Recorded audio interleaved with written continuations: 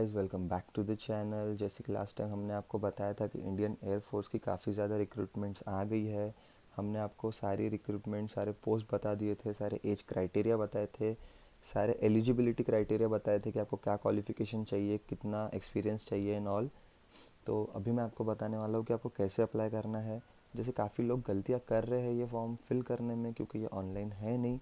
ये आपको ऑफलाइन ही फिल करना है, ये आपको कुरियर करना है ये पर्टिकुलर एड्रेसेस पे। तो लेट्स सी, आप ये गलती मत कीजिएगा, क्योंकि कोई प्रायर नोटिस नहीं मिलता है जब आपको फॉर्म रिजेक्ट होता है। आपको प्रॉपर पहले से सारी जानकारी लेकर ये फॉर्म फिल करके ये कुरियर करना है। तो जैसे आप यहाँ देख सकते हैं,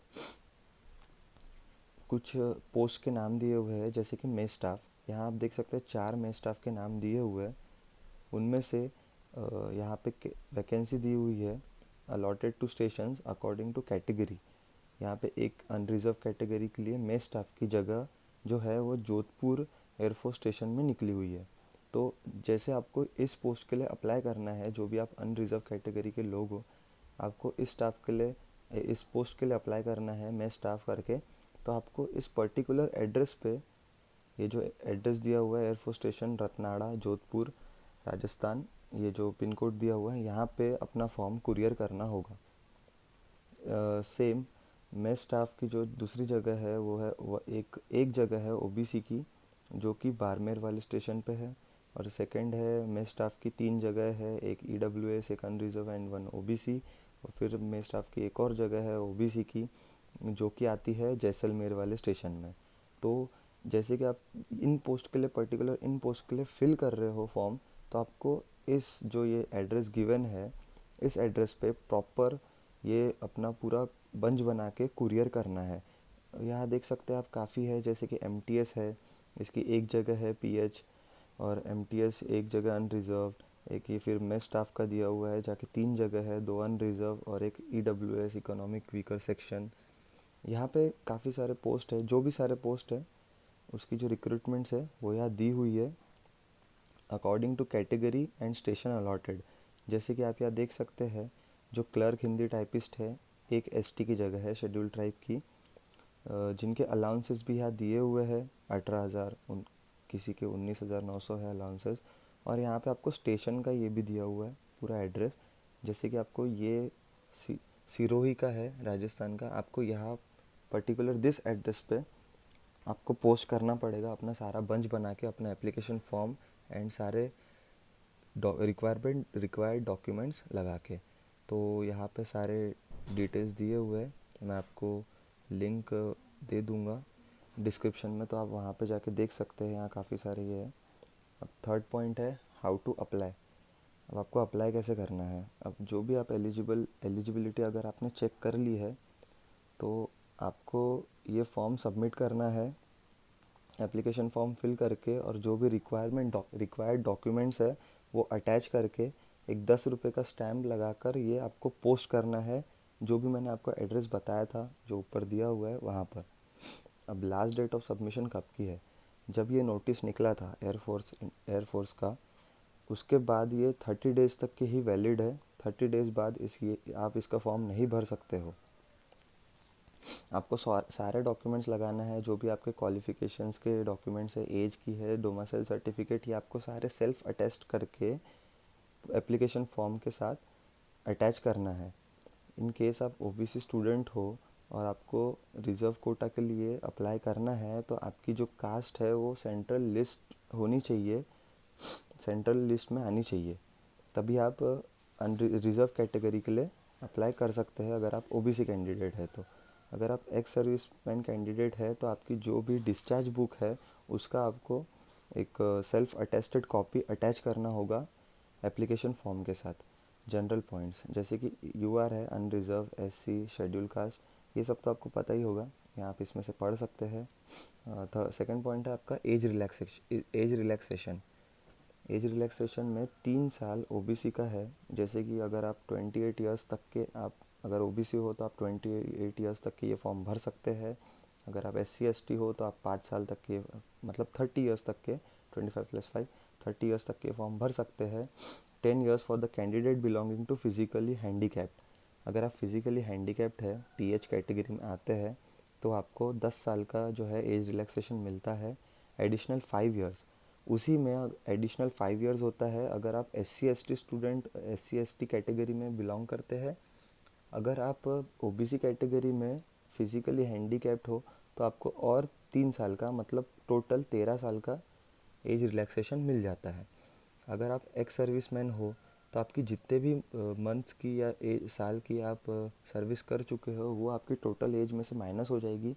फिर अगर आप उस एलिजिबिलिटी क्राइटेरिया में बैठते हो एज रिलैक्सेशन वाले, तो आप डेफिनेटली अप्लाई कर सकते हैं। SC ST OBC and physically handicap जो कैंडिडेट्स है, अगर आपको अनरिज़र्व कैंडिडेट्स, अनरिज़र्व जगह के लिए आपको अप्लाई करना है, तो आपको कोई भी एज लिमिट या एज रिलैक्सेशन या एक्सपीरियंस का जो ये है वो नहीं मिलेगा। आप कोई एज लिमिट नहीं रहेगी, मतलब एज रिलैक्सेशन नहीं रहेगा उसमें। आप नॉर्मली 18 से 25 तक के ही अप्लाई कर सकते हैं।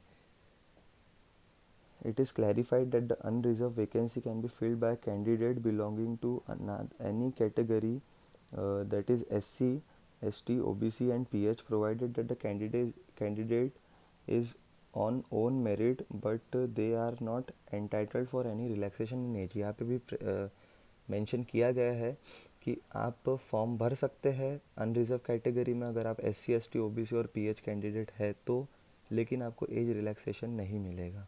जो क्रूशियल डेट है जहाँ पे आपकी बर्थ डेट या एज गिनी जाएगी, वो एप्लीकेशन फॉर्म आप कब फिल करते हैं उस पर डिपेंड करती है। एंड सर्विस कंडीशन जो है वो लायबल रहना चाहिए। आप एनीवेयर काम करने के लिए, मतलब आपको इंडिया में कहीं पे भी पोस्टिंग मिल सकती है तो आप वो काम करना चाहिए। एंड फॉर वुमेन कैंडिडेट्स जो कि विडो है, डाइवोर्स्ड है, वो अपने हस्बैंड से सेपरेटेड है, नॉट एंड फिर से नॉट मैरिड है, अलाउड एज कंसेशन, उनको भी एज कंसेशन दिया गया है up to 35 years and 40 years अगर वो मेंबर है SC या ST कैटेगरी की, तो उनको 40 इयर्स तक के वो फॉर्म फिल कर सकते हैं। Departmental employ 40 years for unreserved candidates, अगर आप डिपार्टमेंट के एम्प्लॉय है तो आपको 40 इयर्स तक के एज रिलैक्सेशन दिया गया है for general candidate and 43 years for OBC and 45 years for SC and ST candidate. तो ये सब मैं लिंक में प्रोवाइड करूँगा तो आप वहाँ से देख लेना अगर मेरा बहुत स्पीड हो रहा है तो। Note: application without detail copies of certificate etcetera will be rejected summarily and no further correspondence will be entertain, decision of the board of officers will be final. जैसे कि मैंने आपको पहले भी बताया था, अगर आपका एप्लीकेशन फॉर्म गलत है या आपने एक आधा डॉक्यूमेंट्स कम अटैच कर दिया है तो आपका जो एप्लीकेशन फॉर्म है वो रिजेक्ट हो जाएगा विदाउट एनी प्रायर नोटिस। आपको कोई नोटिस नहीं मिलेगा और आपको कोई चांस नहीं मिलेगा वापस वो फॉर्म सबमिट करने का, क्योंकि ये ऑफलाइन है। Application received after due date will not be considered, due date के बाद एप्लीकेशन जो मिलेगा वो भी कंसिडर नहीं होने वाला है, तो आप स्पीड पोस्ट से जल्दी ये फॉर्म फिल कर दीजिए। The date and time of and place of exam will be intimated by post to eligible candidate. The organisation will not be responsible for any kind of postal delay, organisation जो है वो postal delay के लिए बिल्कुल responsible नहीं रहेगा।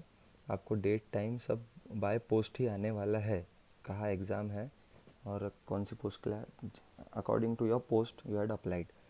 SC ST and disabled ex-servicemen candidate attending for a written examination for reserve category are eligible for second class rail fares, मतलब आपको रेल की टिकट्स भी मिलेगी अगर आप SC ST कैंडिडेट हो या डिसेबल्ड कैंडिडेट्स हो, एक्स सर्विसमैन, इन सबको सेकेंड क्लास की रेल की फेयर्स मिलेगी।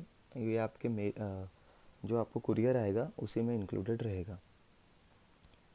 मोड ऑफ सिलेक्शंस देखिए क्या है, ऑल एप्लीकेशन स्क्रूटनाइज, मतलब जो भी शॉर्ट लिस्टेड एप्लीकेशंस होगी वो लोग एलिजिबल रहेंगे रिटर्न एग्जामिनेशन के लिए। उनको कॉल लेटर आएगा रिटर्न एग्जामिनेशन का। रिटर्न एग्जामिनेशन जो है उसमें रहेगा आपका general intelligence and reasoning, numerical aptitude, general English, general awareness. ये 4 चीज़ें जो होती है नॉर्मली यही रहेगी। द क्वेश्चन का आंसर वो English and Hindi both language में रहेंगे। और फिर अगर आप ये पास करते हैं मेरिट के बेस पे आपको बुलाया जाएगा। जो भी रिक्वायर्ड स्किल है उसकी टेस्ट होगी, फिज़िकल प्रैक्टिकल टेस्ट जो भी रिक्वायर्ड टेस्ट रहेगी उसके लिए आपको इनवाइट किया जाएगा। अगर आपके मेरिट पे, अगर आप वो exam clear, written exam clear करते हो तो शॉर्ट लिस्टेड कैंडिडेट्स जो है, जो भी शॉर्ट लिस्ट होने वाले हैं इसके बाद, वो तब आपको अपने सारे ओरिजिनल डॉक्यूमेंट्स लेके जाना है और एक कॉपी भी लेके जाना है विथ योर एप्लीकेशन फॉर्म। और जो भी है ये स्टेशंस जो है, पर्टिकुलर स्टेशंस जो है, इनके पास पूरा राइट है कि आपका एप्लीकेशन विदाउट एनी रीज़न वो लोग रिजेक्ट कर सकते हैं। वो आपको कोई रीज़न नहीं देने वाले, तो इसके लिए आप कुछ कर नहीं सकते, you can't help it. Similarly जो हेड क्वार्टर्स है उनके पास भी राइट है कि वो वैकेंसी चेंज कर सकते हैं, वो बढ़ा भी सकते हैं, कम भी कर सकते हैं, अकॉर्डिंग टू देम। वो अपने हाथ में नहीं है, वो उन्हीं के हाथ में है। तो ये आपका फॉर्मेट है, एप्लीकेशन का जो फॉर्मेट है, ये फॉर्मेट आपका प्रिंट आउट निकालना है और यही सेम भर के आपको रिक्वायर्ड डॉक्यूमेंट्स उसमें सेल्फ अटेस्टेड करके, खुद की साइन करके, स्टेपल करके, प्रॉपर एक स्टैम्प ड्यूटी लगा के प्रॉपर वो पर्टिकुलर एड्रेस पे कुरियर करना है। आपने गलती नहीं करना है, नहीं तो आपका फॉर्म रिजेक्ट हो जाएगा। तो यहाँ पे दिया हुआ है सब, आपको एयरफोर्स स्टेशन का नाम भरना है, पोस्ट अप्लाइड के लिए भरना है, बाकी अपनी सारी डिटेल्स जो है वो प्रॉपर भरिए। जैसे कि नेम आपका ब्लॉक लेटर में होना चाहिए, सब कुछ ब्लॉक लेटर में, जहाँ जहाँ मेंशन किया है वहाँ वहाँ आपको ब्लॉक लेटर में भरना है। और ये एक फॉर्मेट है जो कि मैं लिंक में मेंशन कर दूँगा, वो भी आप देखिए। और ये फॉर्म फिल करने में गलती मत कीजिए।